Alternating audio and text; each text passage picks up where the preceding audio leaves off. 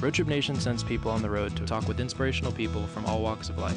Follow Team BIG this summer as they find their open road.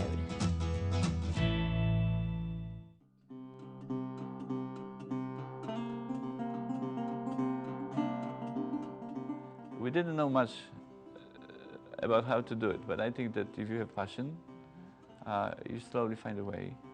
Of course, there are times when you like, this is it. I asked God, please, just let me finish this one run of the show without, and I would never do it again. I would be nice, I sell this, I send my kids regularly to school, I would spend the time with them, just let me do it.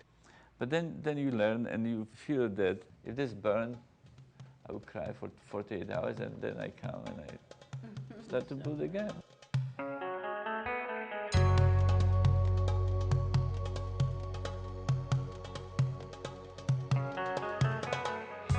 So we are at the Chopin Theater in Chicago, and it's sort of like an indie theater, and we're going to interview the founder. I was in Poland, I was pretty miserable during communism, and one day I remember it was a Saturday, and I sit down on something, there was a paper which asked people if they would like to go for exchange program to the United States. And I enrolled in that program. Everybody in my work laughed because they thought only privileged people can go. But I went through all the kind of elimination, and I qualified for the trip, and I came in 1980, just for a year. And I never thought in my mind that the Berlin Wall or communists, they can collapse. And like 6 months later, the solidarity came, and suddenly everything started to crumble.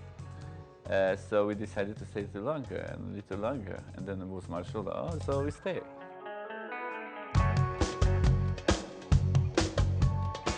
Well, I came as a scientist, as a biologist, and I studied social insects, bees, and it was a good time because there were killer bees in America, so I was like on the wave of killer bees, So I was in good position. However, the bees, they mutated and there were no more danger. So I was a biologist, and then I was businessman in real estate. I make good money in a few years.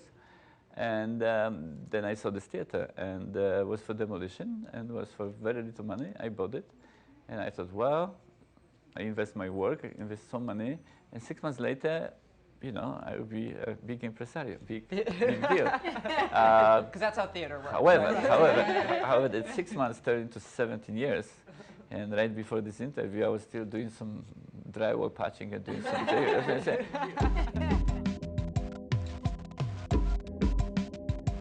How did you have the courage to sort of shift, and buy this theater and be like, oh, I'm going to make this, my life?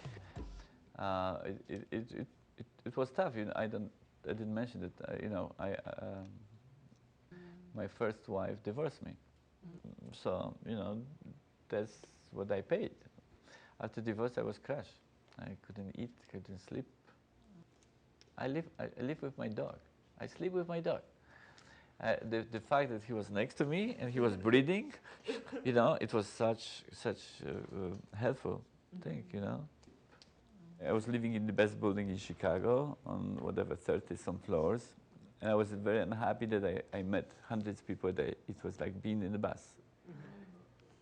You couldn't have any interaction with somebody. It was very quick and very artificial.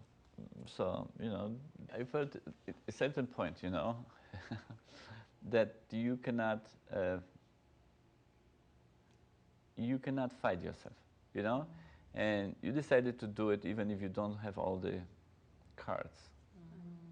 But what is the other way? The other way is to do which you don't believe in and spend your life, and there's a huge population of people who didn't develop the life, didn't develop the character or the interest, and we see those tens of thousands of motorhomes, and people drive looking for the dream, But very often they don't have that dream, They were working all their life. So the idea of just working and saving money and be pragmatic is not necessarily best tool, I went through all that. You know, like I said at the beginning, I was fake. I was totally fake. I was trying to pretend, you know, that we couldn't find ourselves. But I think I feel extremely comfortable right now.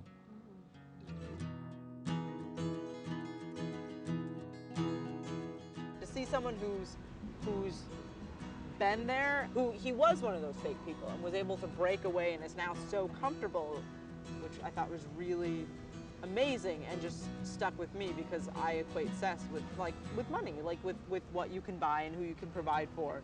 And it doesn't necessarily have to be that maybe living your life how you want to is enough, which is something that I don't even think it occurred to me. Beside the artistic thing, which we have a lot of awards and a lot of exciting things, I'm very interested in how to be happy.